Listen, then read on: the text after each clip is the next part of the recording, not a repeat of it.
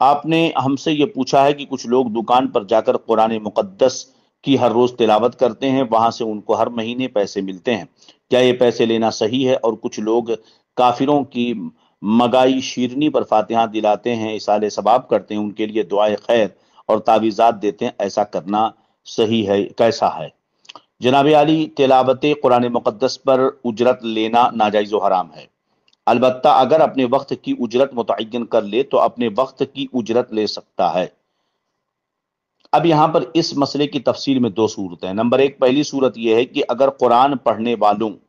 اور صاحب خانہ کے درمیان قرآن خوانی کے عوض کچھ لینا دینا طے ہوا ہے، یا زبانی طور پر تو کچھ طے نہ ہوا لیکن قرآن خوانی کے عوض کچھ لینا دینا عام طور پر رائج ہے، ایسا وہاں کا ماحول ہے، جس کی وجہ سے قرآن پڑھنے والے جانتے ہیں کہ قرآن پڑھیں گے تو اس کے عوض کچھ نہ کچھ ملے گا، اور بلوا کر پڑھوانے والے بھی جانتے ہیں کہ انہیں تلاوت قرآن کے عوض کچھ نہ کچھ دینا ہوگا، تو یہ دونوں صورتیں حرام و گناہ ہے کہ یہ تلاوت قرآن پر اجارہ کرنا ہے، جبکہ قرآن مجید کی تلاوت پر اجارہ اور اس کی اجرت لینا دینا بھی ناجائز ہے۔ دوسری صورت یہ ہے کہ نہ زبانی اجرت کی بات ہوئی، نہ اسے دی جانے والی چیز کا اجرت ہونا دلالتاً متعین ہے، کہ مطلب عام رواج وغیرہ ہو ایسا، جیسا کہ عام طور پر میلاد شریف، 11ویں شریف اور دیگر بزرگان دین کے اصالہ ثواب یا گھر میں خیر و برکت کے لیے قرآن خوانی کروائی جاتی ہے، اور اس کے بعد کھانا شیرنی وغیرہ کا بھی اہتمام ہوتا ہے، لیکن یہ اہتمام تلاوت قرآن کے عوض نہیں بلکہ اصالہ ثواب اور صدقہ کی نیت سے ہوتا ہے،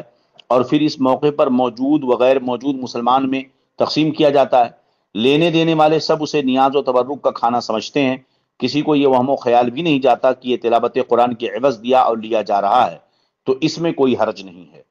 ہاں، دلالت تو وہاں پر کوئی پائی جائے جیسا کہ رواج ہو، اور عام طور پر پڑھانے والا بھی یہ اچھی طرح جانتا ہے کہ سوچتا ہے کہ بلائیں گے تو دینا پڑے گا، اور پڑھنے والا بھی جانتا ہے جائیں گے تو ضرور ملے گا، تو وہ صورت ناجائز ہوگی۔ لیکن یہ جو صورت ابھی عموماً طور پر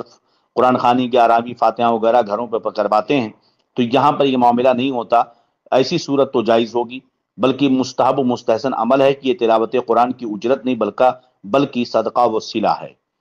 تلاوت قرآن پر اجارے سے متعلق علامہ محقق ابن عابدین شامی علیہ رحمۃ الرضوان فرماتے ہیں، نصوص المذہب من متون و شروح و فتاوی متفقۃ علی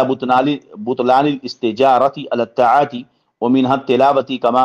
سمعت الا ما استثناه المتاخرون للضرورہ كالتعلیم والادان والامامہ، ولا يصح الحاق التلاوۃ المجردہ بالتعلیم لعدم الضرورہ اذ لا ضرورۃ داعیۃ الى الاستئجار علیہا، بخلاف تعلیم ما فی الذیل، وکثیر من الکتب لو لم یفتح لهم باب التعلیم بالاجر لذهب القرآن فافتحوا بجوازه ورآوه حسنا، ولا شک ان المنع من الاستئجار على التلاوة للإهداء ثوابها الى المستأجر ليس فيه ذهاب القرآن فلا يصح قياسها على التعلیم۔ ترجمہ، نصوص مذہب یعنی متون، شروع اور فتاوی اس بات پر متفق ہیں کہ عبادات کی جن میں تلاوت قرآن بھی شامل ہے، جیسا کہ آپ سن چکے ہیں، اس پر اجارہ باطل ہے، سوائے ان صورتوں کی جن کا متاخرین نے ضرورت کی بنا پر استثناء فرمایا ہے، جیسا کہ تعلیم، اذان اور امامت، اور ضرورت متحقق نہ ہونے کی وجہ سے محض تلاوت قرآن کو تعلیم قرآن کے ساتھ ملحق کرنا درست نہیں ہے۔ تعلیم قرآن اور ہے اور گھر پہ تلاوت قرآن کروانا اور ہے، دونوں کو ایک دوسرے پر قیاس نہیں کیا جا سکتا، کیونکہ کوئی ایسی ضرورت کہ جو تلاوت قرآن پر اجارہ کی طرف داعی ہو موجود نہیں ہے، برخلاف تعلیم قرآن کے،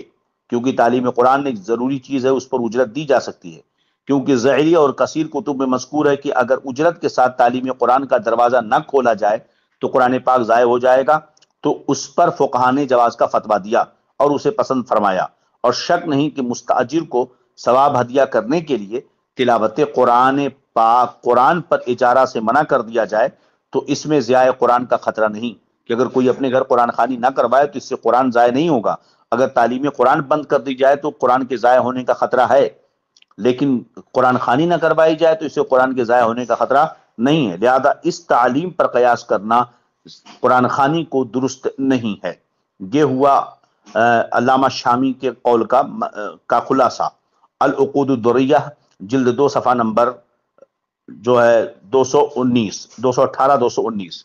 اور مجدد اسلام سیدنا شاہ امام احمد رضا خان علیہ رحمت و رضوان ارشاد فرماتے ہیں کہ تلاوت و تحلیل میں اجرت لینا ضرور حرام ہے، اور گناہ ہونے میں قطعی اور غیر قطعی ہونے کا فرق نہیں۔ گناہ اگرچہ صغیرہ ہوں اسے ہلکا جاننا قطعی حرام ہے، جبکہ عادات و رواج کے مطابق قاری کو معلوم ہو کہ ملے گا اور اسے معلوم ہے کہ دینا ہوگا پڑھوانے والے کو، تو ضرور اجرت میں داخل ہے۔ فإن المعروف کالمشروط، معروف مشروط کی طرح ہے، اور المعروف کالمشروط یہ قاعدہ کلیہ ہے، مگر جب صراحتاً معروف کی نفی کر دے تو مشروط نہیں رہے گا، ایک الگ صورت ہوئی۔ مثلا قاری سے صاف کہہ دیا جائے کہ کچھ نہ دیا جائے گا، یا وہ کہہ دے کہ میں نہیں لوں گا، اس کے بعد پڑھے پھر جو چاہے دے دیں، وہ اجرت میں داخل نہ ہوگا، لأن الصریح یفوق الدلالۃ کما فی الخانیہ وغیرہ، اس لیے کہ صریح کا درجہ دلالت سے اوپر ہے جیسا کہ خانیہ وغیرہ میں ہے۔ فتاوی رضویہ شریف جلد 9 صفحہ نمبر 157۔ دوسری جگہ فرماتے ہیں اب اس کے حلال ہونے کے 2 طریقے ہیں۔ اول یہ کہ قبل قرات پڑھنے والے صراحتاً کہہ دیں کہ ہم کچھ نہ لیں گے، پڑھوانے والے صاف انکار کر دیں کہ تمہیں کچھ نہ دیا جائے گا، اس شرط کے بعد جو پڑھیں اور پھر پڑھوانے والا بطور صلہ جو چاہے دے دیں، یہ لینا دینا حلال ہوگا۔ لانتفاء الاجارۃ بوجہها اما اللفظ فالظاہر واما العرف فلانهم نصوا على نفیها والصریح يفوق الدلالہ فلم يعارضه العرف المعہود كما نص علیہ الامام فقیہ النفس قاضی علی خان رحمۃ اللہ تعالی فی الخانیہ وغیرہ۔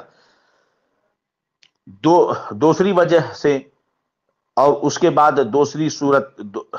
یہاں پر دوسری طریقہ یہ ہے کہ پڑھنے والے سے بتعین وقت اجرت ان سے مطلق کار خدمت پر پڑھنے والوں کو اجارے میں لے لیں، بتعین وقت اجرت ان سے مطلق خدمت کے لیے کہ اتنے، مثلا یہ ان سے کہیں کہ ہم نے کل صبح 7 بجے سے 12 بجے تک بعوض 1 روپے کے اپنے کام کاج کے لیے اجارے میں لے لیا ہے،